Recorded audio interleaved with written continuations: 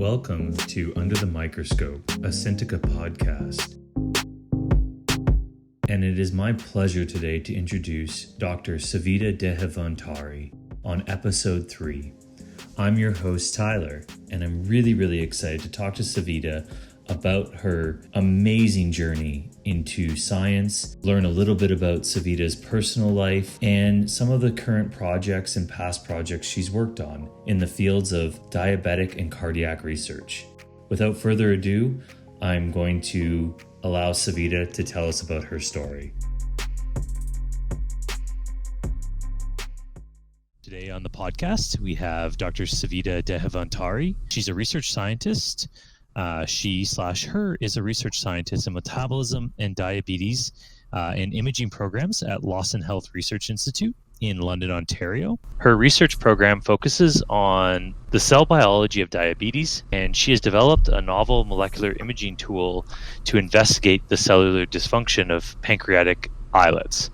She's also an assistant director and EDI lead at Lawson, serving on Ontario Hospitals Association of Anti-Racism Task Force, and participates in the Diversity and Inclusion Working Group of the World Molecular Imaging Society. Dr. Dhanvantari firmly believes that diversity drives scientific excellence, and policies must be restructured to ensure the hospital-based research truly benefits our society as a whole. That is Dr. Savita Dhanvantari, and we'll start this podcast off by asking the first question, which is, tell us a little bit about how you got into research. Like, early on, what was the drive that made you interested in science? Well, I think my interest in science and my interest in research are two separate things. My interest in science actually was cultivated from a very early age. At this point, I do want to acknowledge my privilege in having one set of parents at home, both of whom valued education, and especially a father who valued women's education. That's really important, especially from somebody like me who comes from the South Asian community. I didn't know it was science at the time. But when I was young, I'm 7, 8, 9 years old, I would geek out in my father's garden trying to identify the plants, digging them up, trying to figure out how the roots worked, what the soil was about, identifying the trees in the neighborhood. I didn't know it was called science, but that's sort of what I derived pleasure from. And later on, as I was growing up, I think my father kind of directed my energies towards taking more science in school, and I really enjoyed it. I enjoyed learning about how things worked. I sort of have a natural curiosity about how things work in the natural world, and science was able to kind of direct that energy.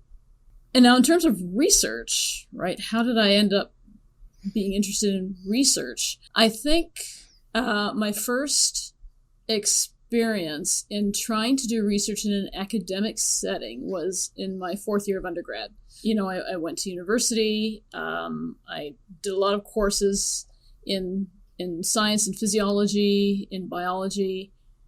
And when I had the opportunity to do a research project in my 4th year, I took it. I thought, well, this might be kind of interesting because I didn't know much about.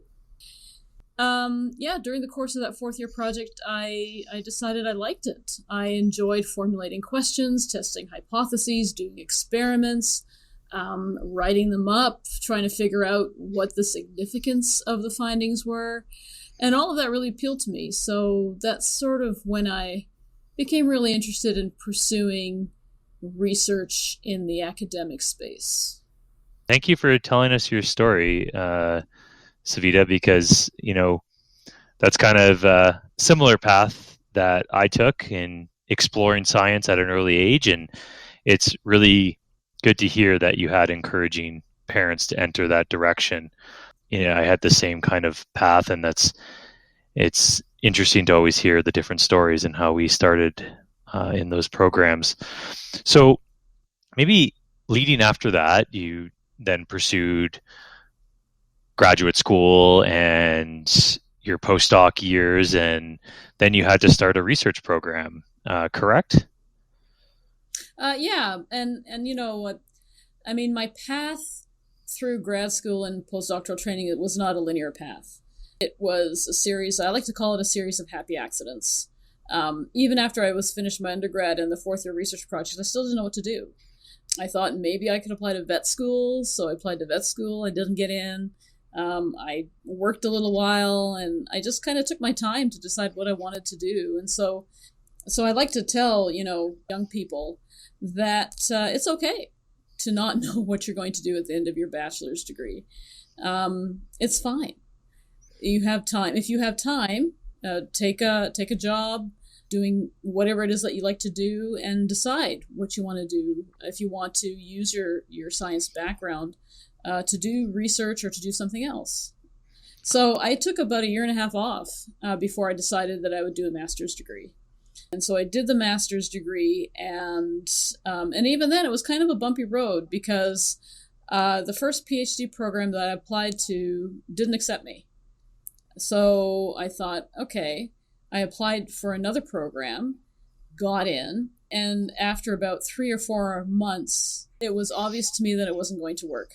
The relationship between me and my supervisor was just not happening. And I was, again, very privileged to have an NSERC postgraduate fellowship. So I had money, and I could take it with me wherever I wanted to go. So I ended up switching labs and doing my PhD with somebody else, which then actually set my career trajectory. So finally, by the time I did a second crack at my PhD, it actually set the trajectory for what I wanted to do, and eventually I'm doing. And then maybe advice for young people as well, like after the PhD or after graduate school, how do you decide where to go for a postdoc or what to do in the postdoc? Do you pick something that you're already kind of doing similar to what your graduate school was, or what was your path into the postdoc years? So I would suggest for those PhD students who want to do a postdoc, search for something slightly outside your comfort zone, because you are already the expert in your field doing what you are doing. So seek out something that will challenge you, that takes you slightly out of your comfort zone, because a postdoc is training, right? It's a continuation of your training, but something that is maybe complementary to what you're doing. So for example, my PhD was about doing protein purification and characterizing enzymes that functioned in diabetes. Okay? And then I decided my postdoc would be more sort of cell biology related, trying to figure out, instead of the enzyme story, trying to figure out how hormones actually traveled within cells and how they were transported within cells. And so I was able to acquire a whole new suite of technical skills that accompanied that project. And also, for me, how did I choose my particular supervisor? Well, as a PhD student, you're always reading lots of papers, right? And you get familiar with different groups that are doing different types of work. And I had sort of focused on this one group at the National Institutes of Health in Bethesda, Maryland, and I was following their work. They published a really important paper in the field. And I read the paper and I thought, this would be really cool to work in their lab. And so I contacted the PI. They were very open to meeting with me and talking about some of the work that I was doing and if I would be a good fit in their lab. And it clicked. And so I joined their lab. And so that's sort of how that whole PhD to postdoc transition happened for me.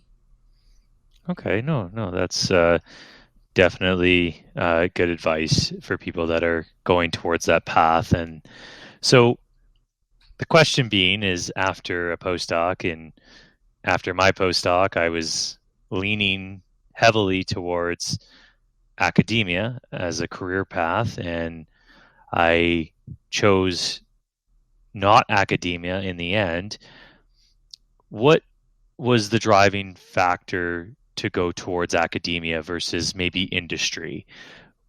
Why was that choice made for you, and how do you feel that choice is being judged by others currently? Like when someone is looking from the outside in and they're saying, well, do I go academia? Do I go industry? Do you feel there's enough resources for people to choose which one they would want to lean towards? So let's go back to what affected my choice. For me, I didn't really see much of a choice. My kind of path that I had laid out for myself was to continue in academia. Would I have made a different choice if somebody had told me more about opportunities in industry? Maybe. I don't know. The thing that appealed to me about academia was that you could do lots of things. So you could do research, you could teach, which appealed to me, and you could do administrative work.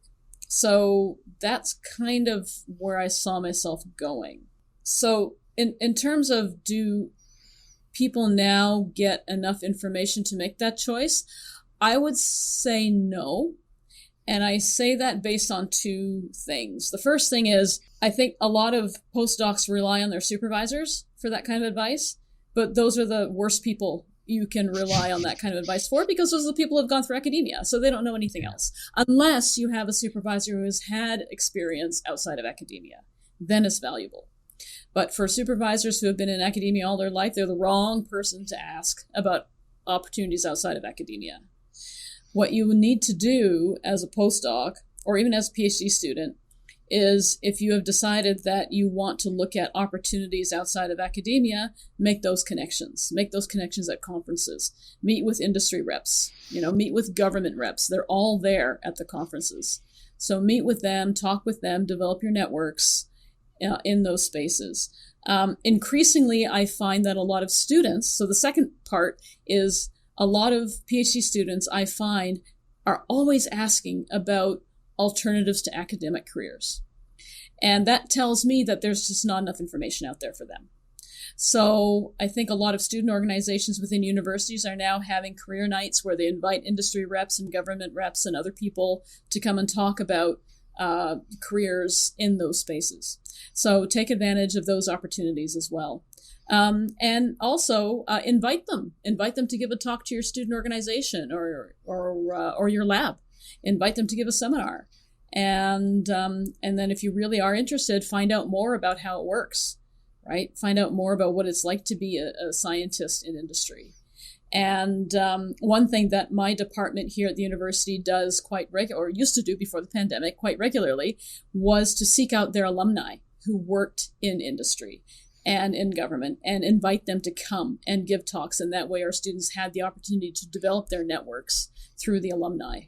So those are all the things I think I would encourage people to do to explore different career paths after your PhD or your postdoc. Okay. No, that's great advice. And I hope Scintica is on the front of doing that. We definitely like to host webinars with young graduate students, or I guess not young, the proper word is graduate students early on in their graduate career. We present their work on our platform. We host webinars. We're working at being at the university for career fair days. And we should chat more after the podcast, and I would be happy to help in any way possible and provide a seminar, because that would be great. I know for a fact when I was in grad school, I didn't have those seminars, and I had a lack of those connections, as you said, and really leaned on the advice of, I would say my graduate supervisor was very open to working in industry or academia, which was nice. However, the postdoc supervisor was definitely heavily academia. And I think like as you said, that was the path he had only seen in his life and had been involved with. So it was very kind of one-sided in that direction. And I'm glad, at least during the graduate school years, I got to see both. I think the landscape is also changing. I'm involved in an NSERC training program, and part of that training program for the graduate students is to participate in an internship in industry. And so I think the tide is slowly changing to avail students of career paths that are outside academia. Okay. That's really good to hear. Now, you're at the point, you're given an academic position. What were the challenges for yourself starting a lab? And maybe more on the personal side, we talked about this at the beginning where you were echoing the concern of entering this male dominated field. How did you maneuver through that challenge with starting your lab? And maybe, I guess, the other challenge is financial, getting equipment and students. Let's maybe dive a little into those challenges that you saw when you were entering. Well, I've always kind of worked in male-dominated fields. I mean, I've been in my position for 20 years, and my education started, way back in 1984. So, I've seen a lot of changes. A lot of things stay the same, but a lot of things have changed in respect to sort of male-female equality and representation in the field of science that I do. What I want to say is that the jump from the postdoc to being a brand new principal investigator is a big jump. It's a shock. It's a shock because it's a job that your postdoc training doesn't train you for. This is a conversation that I've had with lots of my colleagues. And the postdoc, what it does, it trains you how to do research. That's it, right? 100% of your time is spent on the bench doing research, doing experiments, writing up your papers, publishing your papers, developing networks. You don't get any experience in how to teach. And if you're lucky, maybe your supervisor will allow you to supervise a student or two during the course of your postdoc. And that is all the exposure you get for the teaching part. And when you get this position in academia as a new PI, all of a sudden research becomes a very small part of what you do. You have to serve on administrative committees. You have to start writing grants. You have to hire people. You have to get equipment. You have to order things. You have to make a budget. All these things that you are simply not trained to do as a postdoc. And it's a shock. It really is. So that was a huge transition. And also for me personally, another transition was the shift in field. So I was trained as a cell biologist, and I had certain skills, technical skills, that came with that field. And when I landed in my PI position, I was asked to develop a program in imaging, which I knew nothing about. And I was hired, I guess, because they saw me as kind of an opportunity to develop collaborations between people who did cell biology and people who did diagnostic imaging. And so I literally sat at my desk for a year trying to figure out not just the logistics of opening up a new lab and hiring people and maintaining budgets and doing all that sort of stuff, but also this kind of switch in my field of expertise. So yeah, that was a big learning curve. I had people all along who helped me, right? I did. The director of my institute, the director of the imaging program, they were all very enthusiastic and got me involved in lots of projects, which was nice. So that really did help sort of jumpstart the research end of it. But yeah, it's a big learning curve to start up a new lab. And one of the things that I think the academic centers could improve on is having a more comprehensive onboarding process for new faculty. Tell them, enroll them in courses. Say you have to take a course in how to teach. You have to take a course in how to design a course. You have to take a course in how to manage a lab, how to manage students. That would really have helped. Right now, at the 20-year time point of my career, I'm finally comfortable in managing people. It took a long time. Well, I was going to say, we've worked together on collaborative projects in the past, and I always found you guided the project well, and you were so well organized, and we met timelines, and it was just a great process overall. But it took time, I guess, to get there, right? It took time to get there. It did. And, I didn't have any training in how to get there. So I was relying a lot on, what my peers were doing, what my peers were not doing, and really just going online and seeking out resources, how to manage people, how to manage a lab, and how to do collaborations. I do want to get back to your initial thoughts on, working in a male-dominated space. And, I'm doing a lot of work now in equity and diversity, and this is one of the things that has always sort of been in my mind, right? I mean, I told you that I have been working in a male-dominated space, and for the longest time, I just was thinking that I should just put my head down and conform to the culture and do the work. And that way, I would get recognized, I would get promoted, and that's sort of how things would work.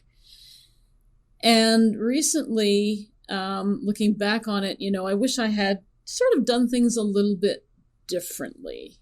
I think what I should have done early on was really seek out, at the stage at which I was a new PI, seek out more female mentorship outside my field. I think that would have helped me feel a little bit more, or have like a sense of belonging.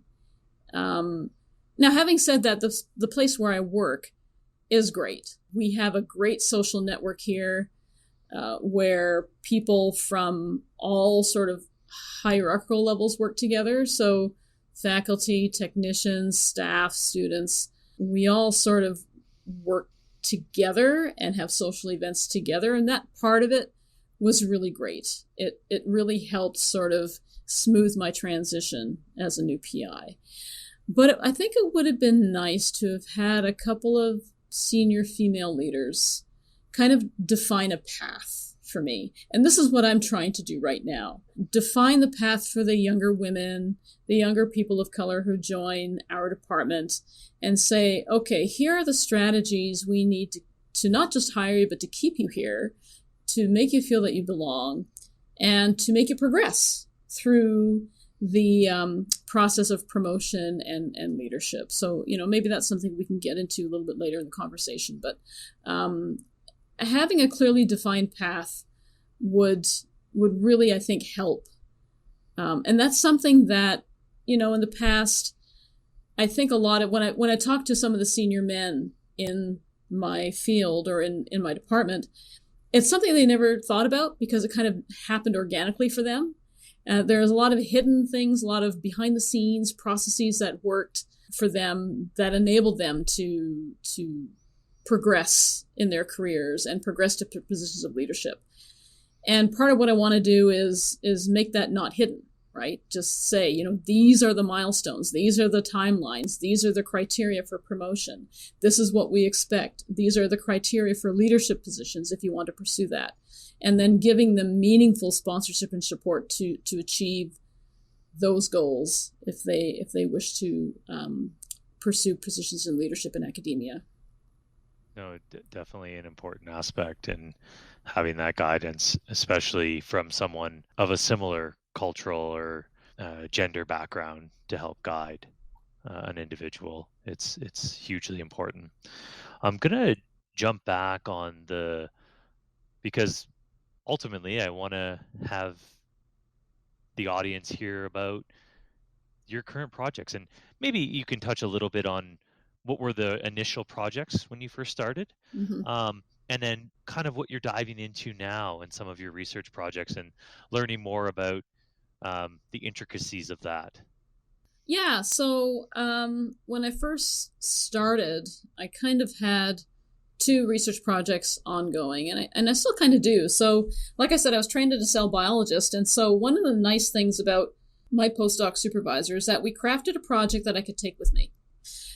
So I could get sort of a running start on doing research. And because I had that project to take with me, I was able to actually secure my first external grant. And that really gave me a good head start in getting my research up and going. And that was important because this was a field in which I was trained with which I was familiar. And this is the field of diabetes and specifically islet biology. So I am really interested and have been interested for quite a while in how hormones are synthesized and secreted from the pancreatic islet. And this is relevant to diabetes because insulin is the hormone that controls blood sugar, and insulin is the hormone that is lacking in people with diabetes, which leads to a whole host of metabolic issues. There's another hormone called glucagon that is secreted from the pancreatic islet that acts sort of as in counterregulation to that of insulin. And this is the hormone that I'm actually very interested in. I'm interested in how its secretion is controlled. I'm interested in how the cell actually makes glucagon and how glucagon is actually transported through the cell. So this is quintessential cell biology questions that really excite me. And I was able to take that and get my first grant based on that project. And it's a project that I'm still working on. So NSERC has been a great supporter of this research program. And right now, I've got a couple of really great talented students who've just started with me. And we are continuing to pursue this question of how does glucagon get to where it needs to be secreted? How is glucagon secretion actually being controlled? Because this is a really important issue in diabetes right now. A lot of pharmaceutical companies are working on this question because they want to improve the current treatments we have for both type 1 and type 2 diabetes. So right now we've identified kind of a new protein within the pancreatic alpha cell, which is a cell that makes glucagon. And we're trying to figure out how that protein works in controlling glucagon secretion, with the idea that this potentially might be a druggable target for the treatment of diabetes. So that's one question that I've been working on, really for the past 20 years and got me started in my career. And like I said, that's important because the other thing that I was working on and the reason that I was recruited to where I am now is trying to develop collaborations with the diagnostic imaging researchers and developing ways of visualizing pancreatic islet function in vivo. And that was a big learning curve because I didn't know anything about imaging. And so while I had this other research program going, I was able to then focus on these new ideas about how to visualize islet function in a non-invasive manner, developing new molecular imaging probes and ways of visualizing the pancreas in vivo. That involved developing a lot of interdisciplinary research teams, right, as you well know. And so I needed to develop collaborations with people who could do the synthetic chemistry, with people who could do the radiochemistry, with people who knew imaging physics and the strengths and limitations of various imaging modalities. And that project ended up being quite successful in branching out into other areas such as heart disease. So the way I started my career was actually really nice in continuing along with a project that I knew very well and starting up a new research program that I actually did not know very well, but was in the end very excited to have learned a lot about how imaging works and how we could harness the power of imaging to visualize pancreatic function in vivo. Yeah, and well, I was going to ask, how does it tie into your imaging story? Because that was what you were trying to develop as a new recruit and as a young assistant professor. And so I'm glad you answered that question. Maybe for the audience, though, how did the diabetic research lean into the cardiac? How did that transition? Yeah, so that was for me science at its most pure. So what do I mean by that?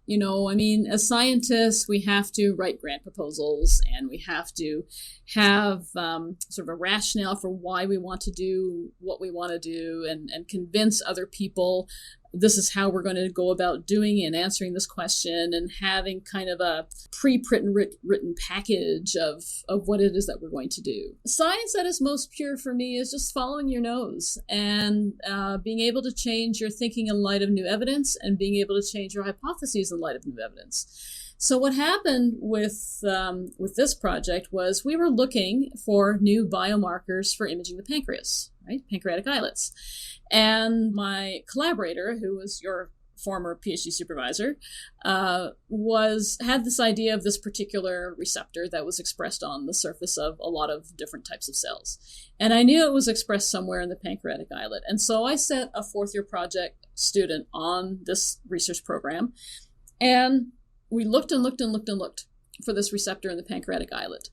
Couldn't find it at all. And so I thought, okay, we can either let that project go or try to figure out where this receptor actually is expressed. And so we did a tissue screen. I said, let's find out. So we did a whole tissue screen on trying to find out where this protein was, and it turned out that it was expressed in very, very high amounts in the heart. And it turned out that it was expressed in very high amounts in the myocardium, so the muscle of the heart.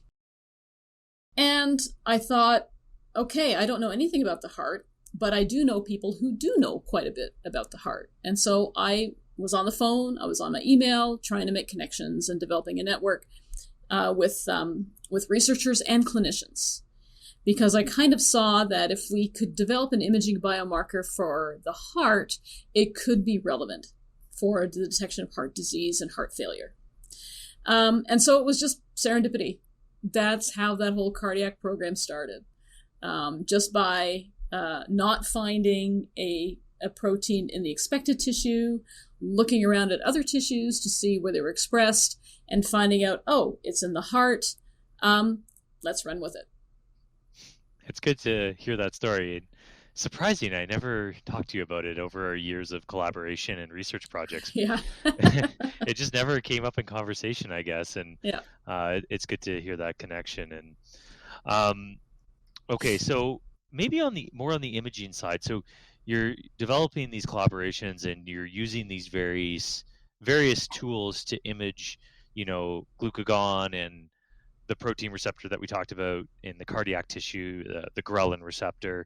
And what are the modalities that you're using to image? And do you find it useful to use multi-modalities, or can it sometimes give too much information? Maybe I'm just curious on your thoughts on that.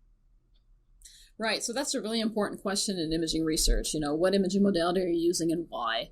And one thing that I realized very early on is because I'm not an imaging scientist, I was not constrained by expertise in a particular imaging modality. I think the real strength in using an imaging approach to investigate any kind of chronic disease is to understand the strengths and limitations of the imaging modalities that you're using and combining them. Combining imaging modalities will highlight their strengths, minimize their limitations. So that's why we use a combination of positron emission tomography or PET and magnetic resonance imaging or MRI, because we know that MRI is really good at resolution and soft tissue contrast, and we know that PET is really good for imaging function, and it's a very sensitive method for doing so. So when you combine those two imaging modalities, you can get a lot of information from a single scan. Your question is, does it give too much information? It gives a lot of information. So a lot of our research time is spent on image analysis and extracting information from the images that we have. And I think it's great. I think that if you can get information on various parameters of heart function, like the ejection fraction, stroke volume, and also things like, okay, where is this receptor being expressed? How does it change in heart failure? And sort of equating or trying to develop a relationship between where this receptor is expressed, how does it change, and how does it correlate with measures of heart function. Very, very powerful. It's very powerful. So yeah, combining imaging modalities really, I think, is the way to go. I think nowadays it's going to be very rare where you can answer your question based on a single imaging modality, unless that question is based on developing that imaging modality, like the technical part of developing it. The other thing with what we do in molecular imaging and developing these new tools to assess chronic disease progression is we always have to confirm it. confirm it with known imaging modalities and pathology, like standard pathology. And so you need to also bring those technologies in to whatever it is that you're doing. So we're really using kind of a multitude, right, of ways to image cells, image tissue, image whole body function, and image whole body pathology. And so that really is sort of where I think the strength of imaging is. Yeah, no, I totally agree on that. And transitioning from the bench to the clinic, those modalities, in your opinion, are, or maybe, what is your opinion on the transition from the bench side to the clinic? And I guess the smooth transition or lack of smooth transition, if we want to call it that, in using those modalities at the bench in the lab and then translating that into the clinic with those same imaging modalities. Right. So that's a huge question that the field of molecular imaging has really struggled with, I think, over the last 5-6 years or so. What we see is some really exciting developments in molecular imaging, different types of nanoparticles, different types of PET imaging tracers, really innovative chemistries that are going on in developing new and novel contrast agents, really innovative physics and trying to improve contrast and resolution and decrease background on the imaging scans. And a lot of this research, right, preclinical research, is dependent on our use of small animal models of disease. And so we can do really cool and innovative things. And also the small animal models of disease we can be very innovative with. We can develop all sorts of reporter mice, all sorts of genetically modified mice to visualize what it is that we want to visualize. We can genetically engineer the cells that we want to image and discover new things about how the disease progresses. The leap to translational is big. And so I think what we need to keep in mind is as we're developing these really cool research tools in imaging to discover new things about a particular disease process, always in the back of your mind is this a relevant mechanism for the clinical progression of the disease? And if it is, how do we develop a methodology to investigate this mechanism in people? And this is where collaboration with clinicians and clinical fellows is key. We really need them to tell us what are the big questions in the type of disease that you want to image, and how can we sort of work together, right, with this clinical question, developing a way to understand that clinical question more in a preclinical model and then taking it back to the clinic. I think a lot of the questions need to originate in the clinic. And I know a lot of research scientists say, oh, no, we're the experts, we have PhDs, we know how to do research, and yes, we do, right? Yes, we do we know how to do research because that's what we're trained. But as basic scientists, we're not trained to understand what are the clinically relevant questions. And that's up to the clinicians. So I think developing much more of a partnership with clinicians will be really, really helpful in trying to move some of these technologies into the clinic. So you still think there's a bit of a lack of synergy between the clinicians and the researchers at this point? Not enough communication? Well, there is. At the last Congress of the World Molecular Imaging Society, I was very pleased to see a lot more translatable outcomes of some of the molecular imaging that people are doing. So I think it's moving in that direction, right? It's always a very dynamic process. And so I think that a lot of the stuff in developing sort of really new chemistries and contrast agents, that's kind of where a lot of the translation is happening. There are a lot of other like genetic ways of interrogating chronic disease that people are still going to do to develop a deeper understanding of how disease progresses. That approach by itself is not going to be translatable, but I think that once we know more about certain aspects of the disease that clinicians tell us are important, then I think we're just going to see more and more and more of the clinical translation happening. But yeah, one of the issues that we run into sometimes at our institution is clinicians are not always interested in research, right? And so I think that to do the clinical translation piece, you need to get clinicians who are really interested in the research and interested in moving those findings into the clinic. Yeah, no, that's definitely true. Now, okay, so I want to touch on one little thing about the animal models. So I've had a debate over and over again with many people and researchers, people that have never even been introduced to science and research. And I always get the question, we do stuff at the cellular level in a petri dish with cells. And we identify a new novel imaging agent that maybe it's PET, maybe it's MRI, and it works beautifully in cells in a petri dish. And then we translate that into a small animal model and it fails. And so I've had this back and forth discussion with many people. Do we just skip the cell step about trying new novel imaging agents, or is that step needed eventually as the second step? Maybe I'm just curious on your thoughts on that. Well, in the past, we've collaborated on these questions, and I don't think we skip the cell step, but we don't dwell on it, right? We do initial screenings on cells to sort of identify, okay, what is a good candidate probe that will bind to a receptor? What is a good candidate probe that will recognize this enzyme, right? The in vitro stuff is still important in that respect. But once you've done that, get into the animals as soon as possible.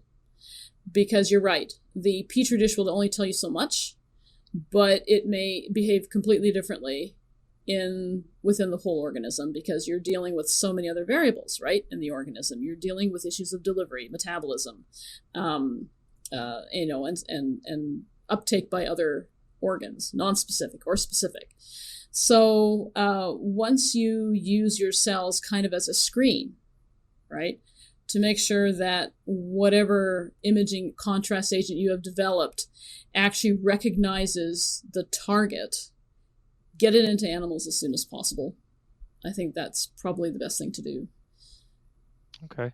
No, yeah, I'm definitely on the side of the understanding the importance of the cellular side of identifying new imaging agents and what's happening at the cellular level, but pushing it into an animal model safely is definitely an important aspect of understanding whether that's going to translate into the clinic at some point. Maybe we've really touched on your research, but I also want to know about your activities outside of research.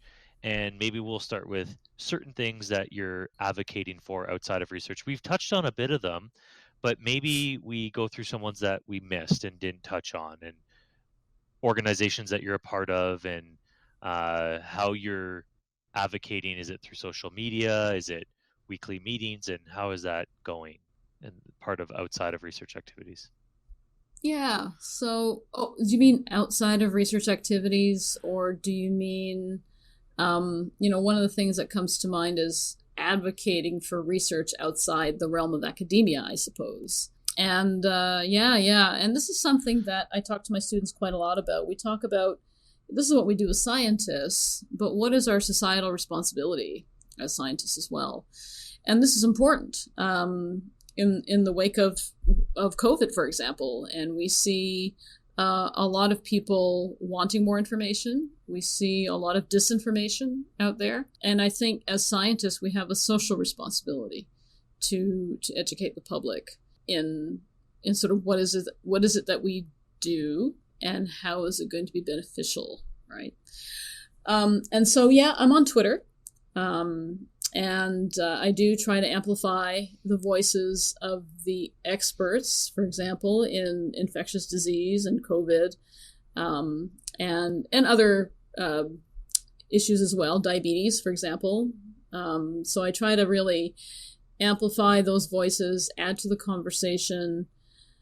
Sometimes Twitter feels like you're shouting into the void because, as a scientist, if you have 5,000 followers, it's like, oh, wow, that's huge, right? But, celebrities can have, right, tens of millions of followers, and they're the ones who get all of the attention. So, but I think it's worth doing. I think just trying to amplify good science and separating it from the disinformation is really a responsibility that we all should take on. And like I said, I try to do it through Twitter.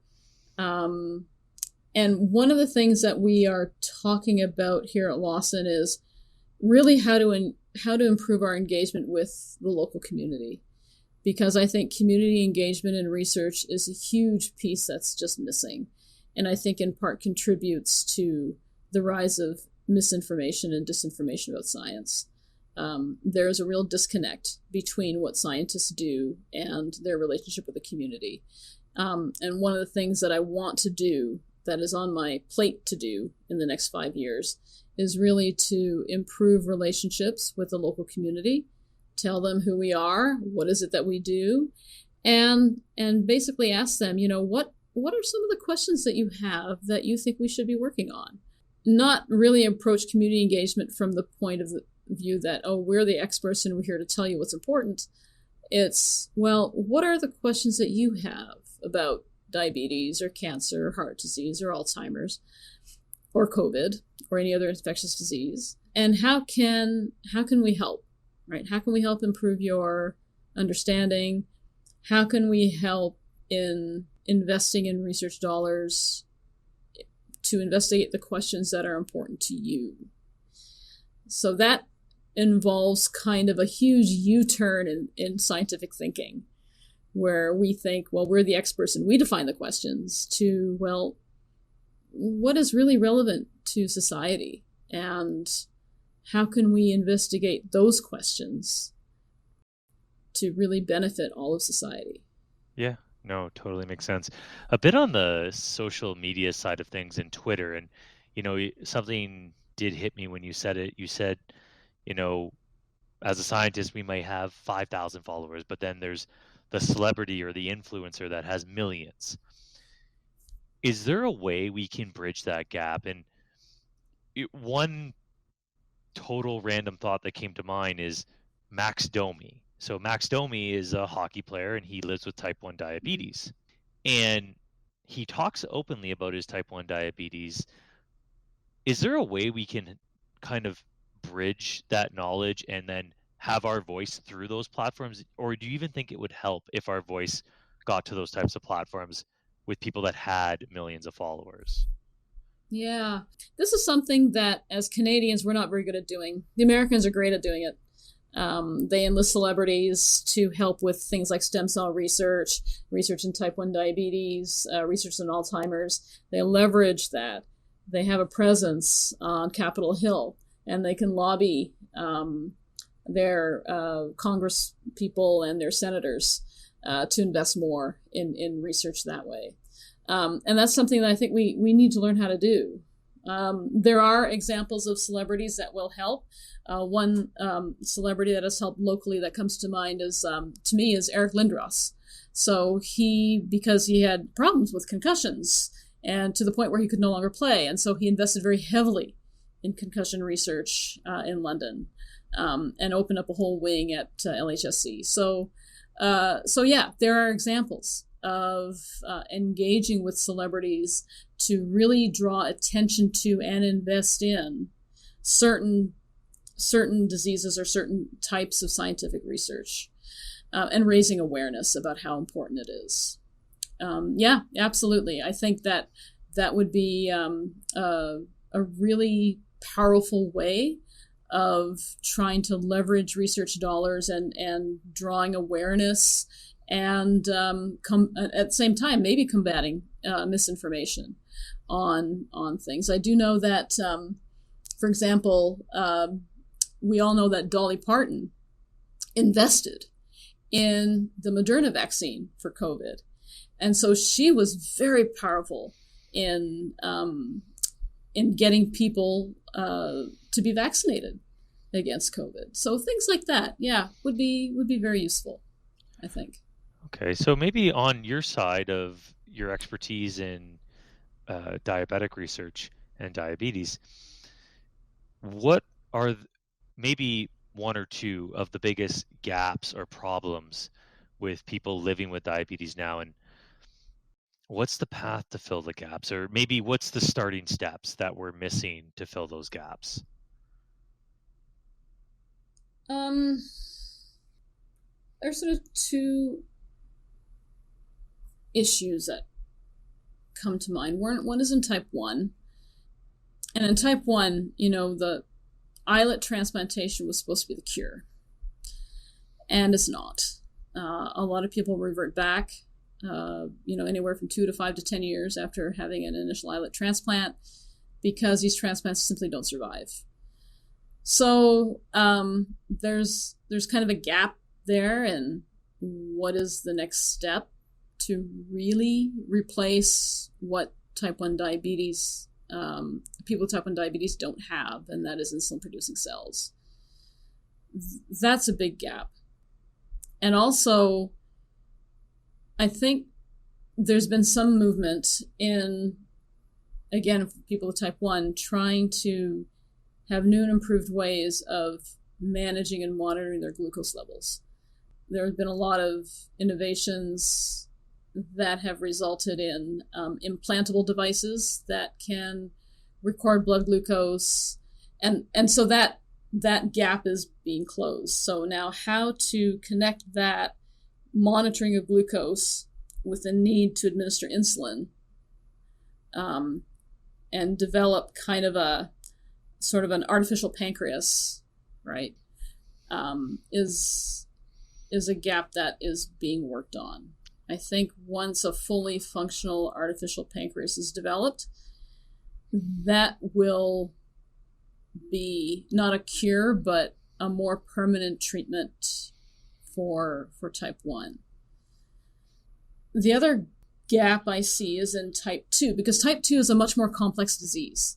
There are various manifestations, early onset in the early stages of type 2, where people make a lot more insulin than they need and are resistant to the effects of insulin, till late stage type 2, where they actually need more insulin in order to maintain their blood glucose levels. And so there's a whole, I don't say gap, but the gap is closing in, what are the nutritional needs of people who are trying to navigate this changing metabolic landscape within their own bodies.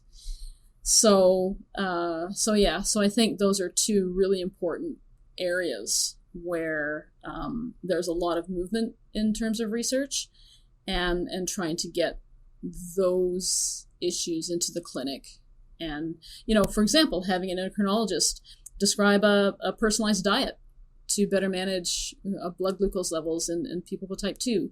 Nutrition is one of those places where there's a lot of misinformation, right? I mean, there's so many diet books out there. There's so many sort of magic cures, eat this food, don't eat this food. And I think a lot of that needs to be weeded out with some really good, rigorous nutritional research on how to better manage type 2. Okay. Yeah, no, I definitely have struggled with nutrition all my life, and it's probably a big part of it is because of what you read and what you see and what you hear from others, and never really got a straight answer on how to balance nutrition properly. And I'm fortunate that at least at this point in my life, I'm not living with diabetes, but I can imagine the struggles of living with diabetes, and balancing nutrition is extremely difficult. So now that you see these gaps, do you see that this is is it possible in 5, 10, 15 years where people won't have to suffer or live drastically different if they have diabetes? Or is it a longer game plan? Or maybe we we don't really see or know that path completely yet, but what's your thoughts on that? Yeah, trying to improve the quality of life, right, for people who live with diabetes is a big question.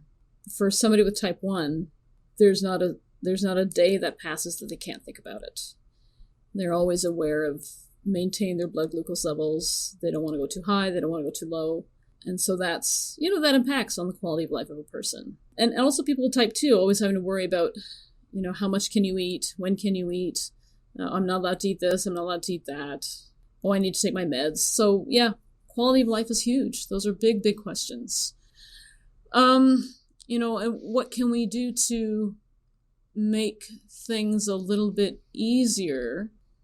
That's a hard question. That Okay. really is. I think that question kind of highlights the need for people who live with diabetes to have a medical team taking care of them. And, for example, not just an endocrinologist, but they need, mental health supports. They need family. They need a multitude of people helping them navigate through their condition to make it easier for them.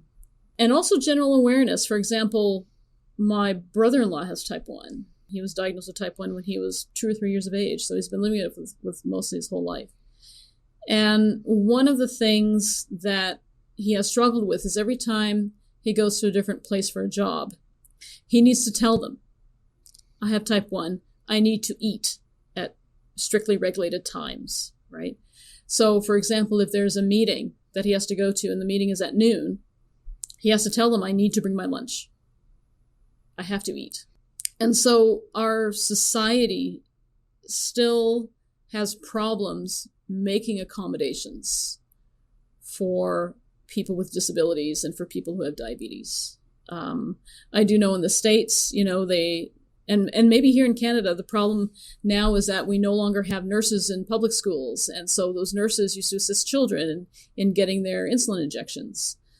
There are issues with not allowing access to needles, or drugs for kids. So all of that really adds to the burden of trying to navigate, life and learning, and having this barrier put in place where people don't actually recognize that it's a problem and needs to be addressed, or there need to be accommodations made so that people can actually function. Yeah, that's that all has to do and impacts really heavily on quality of life of people with diabetes. So I know that Diabetes Canada is working on a diabetes strategy, national diabetes strategy. So maybe some of those issues are contained within that strategy that then workplaces and places of learning and schools can then implement.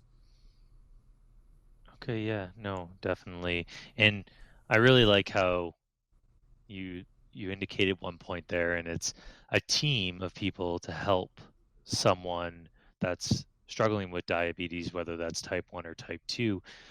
But the one key team member that I think we always forget about is the mental illness side of it, and the support to have emotionally, and not the physical support. And I think that's something, and maybe you agree, is something that we forget when we're combating disease. We always seem to, at least I think we always seem to miss that point. Mm-hmm. Yeah. Yeah. It's something. And that's the thing with science. We say, well, here's your needles, here's your insulin, here's your glucose test strips, here's your glucometer, you're all set. But they're not, right? People are people, and they have a lot of emotional needs that need to be met to help them get through a society that is not equipped to deal with these sorts of things. Okay. No, thank you for that. That's appreciative. Okay, so maybe on the I guess, the lighter side, and then we'll kind of start to wrap up. But what do you like to do outside of academia, outside the lab? What are some activities, and how does that play into a balanced lifestyle for yourself?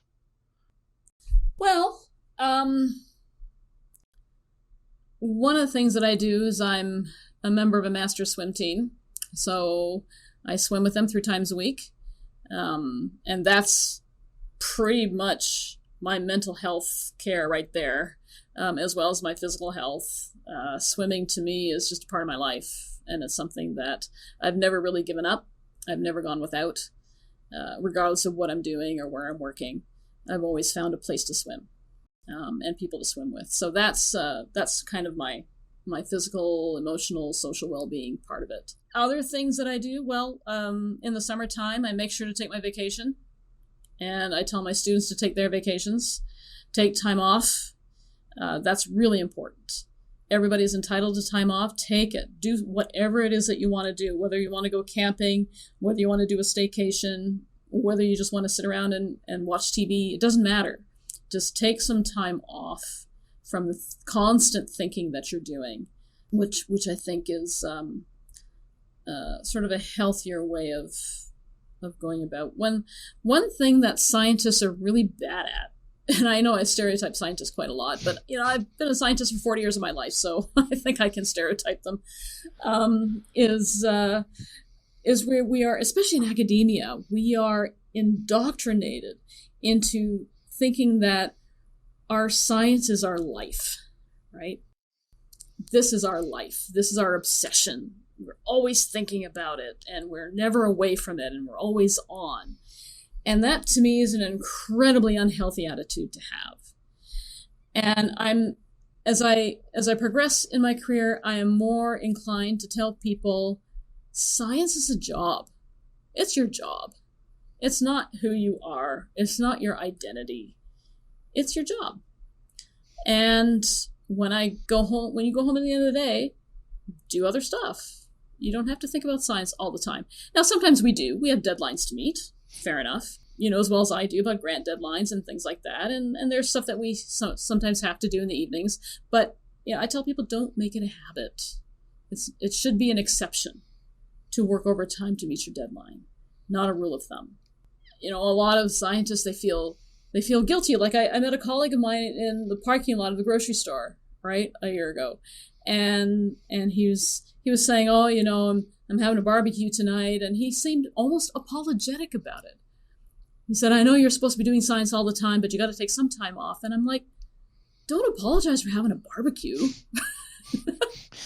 But that's what it's come to. And so I think it behooves people in academic science to just think of science as a job and not an identity.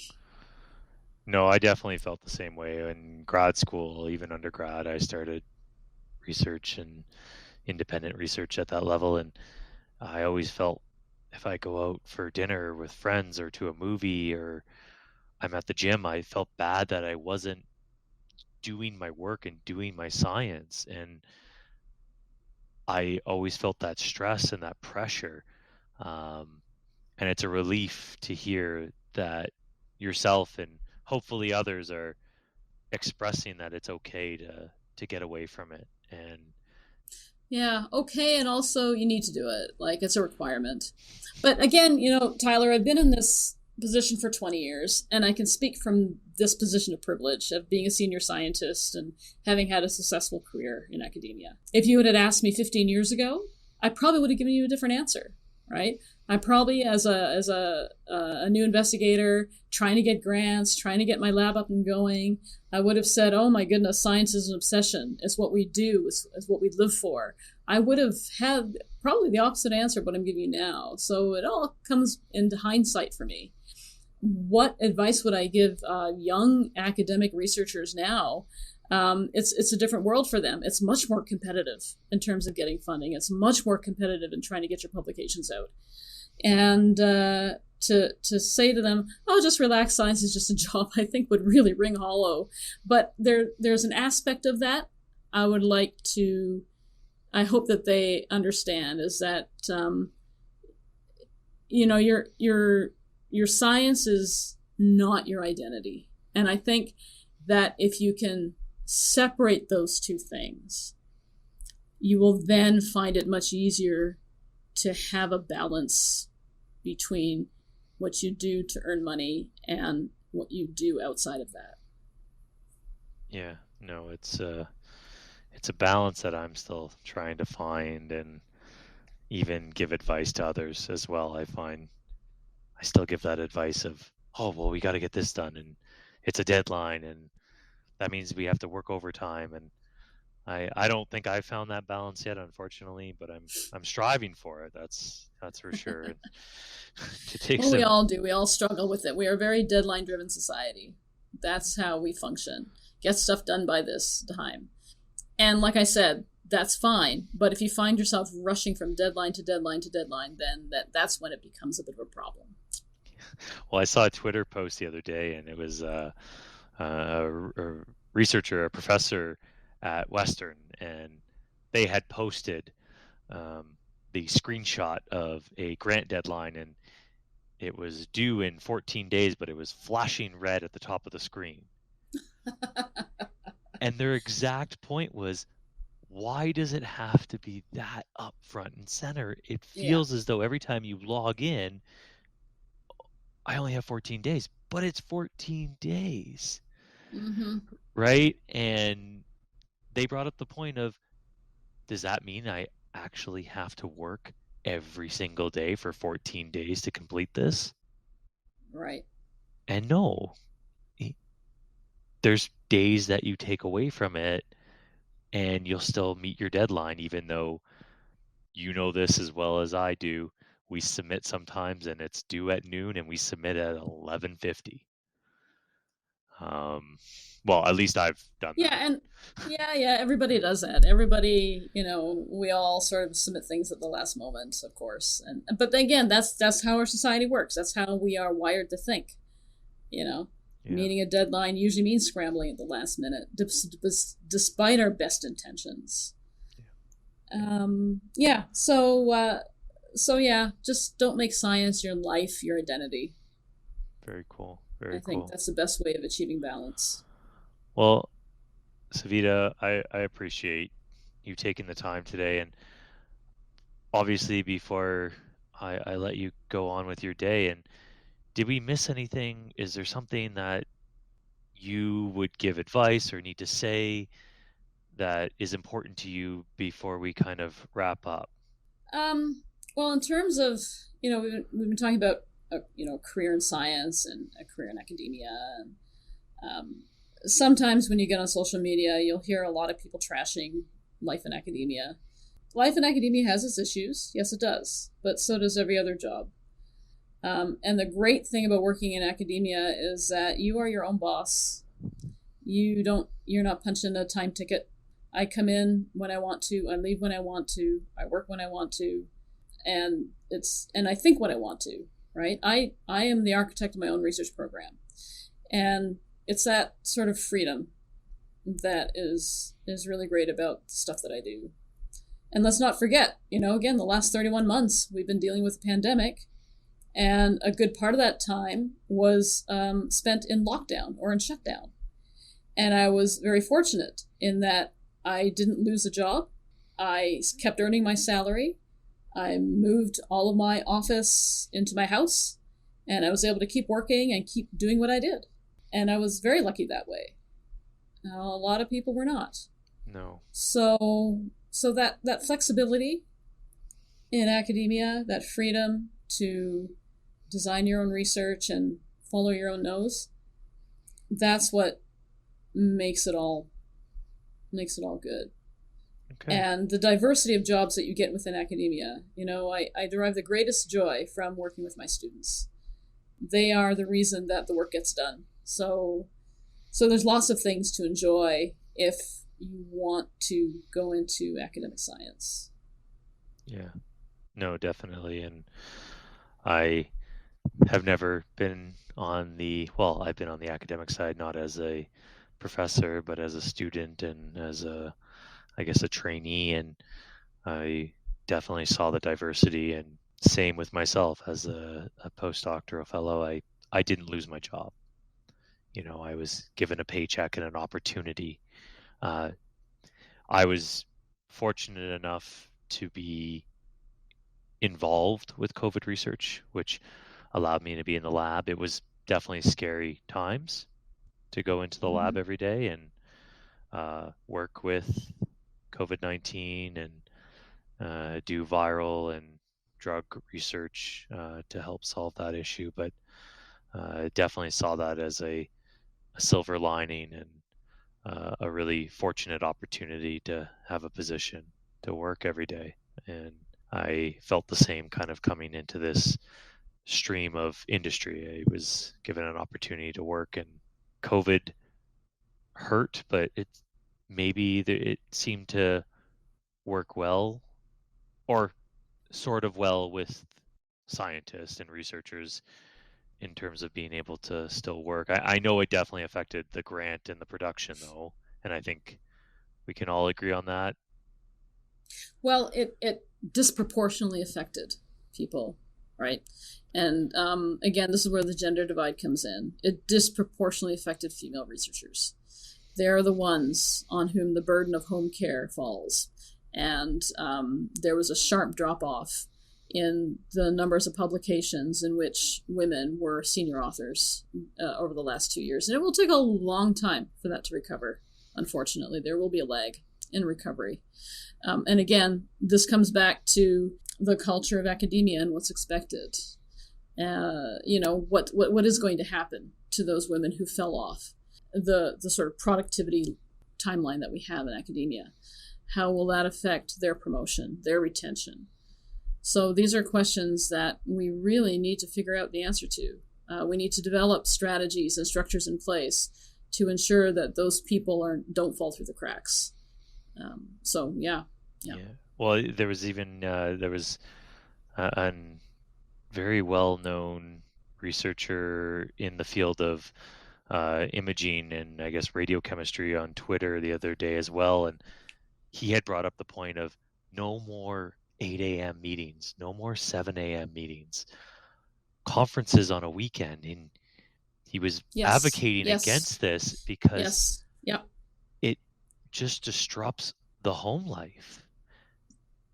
And at 7, 8 a.m., you're not thinking about a meeting. You're thinking about maybe having breakfast with your significant other, children out the door to school. It's a time for you and not to be involved with the meeting. And, I'm going to sit there and say I'm guilty about not even recognizing that.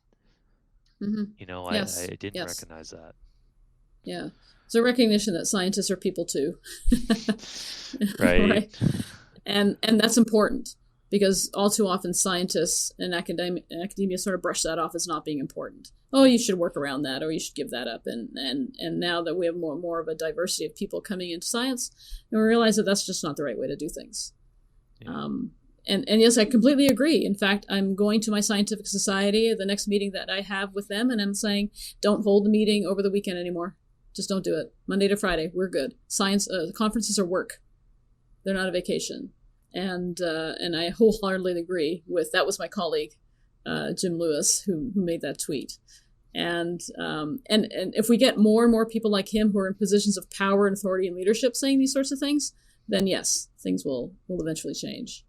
It was Dr. Lewis, and it was good to see that come forward and shed light on that. It's important for sure.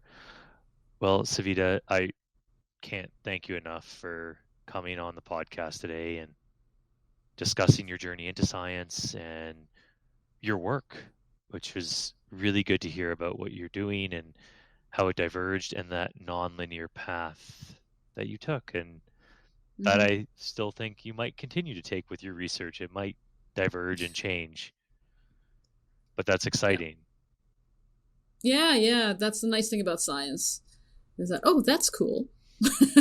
Let's try Let's do that. Yeah, exactly. And I hope we've collaborated on projects in the past, and I hope we kind of maybe cross paths again and continue to do that. And because I definitely learned a lot from yourself as a mentor and appreciated that learning and the knowledge you provided me. It put me in a good position to where I am now. And so I appreciate that. And again, I thank you for coming on the podcast today and telling your story. Thanks, Tyler. It was a pleasure. Anytime. What an amazing story that Savita told today. It was great to learn about her past, current, and future research. It was also great to learn a little bit about what Savita does outside of the lab and what she does within the community, how that has impacted beyond the community of London, Ontario. Thanks again, Dr. Dhanvantari, for coming on the podcast, and we look forward to having everyone tune in for the next episode. Again, thanks for listening to Under the Microscope, a Scintica podcast. Your host, Tyler. Have a wonderful evening.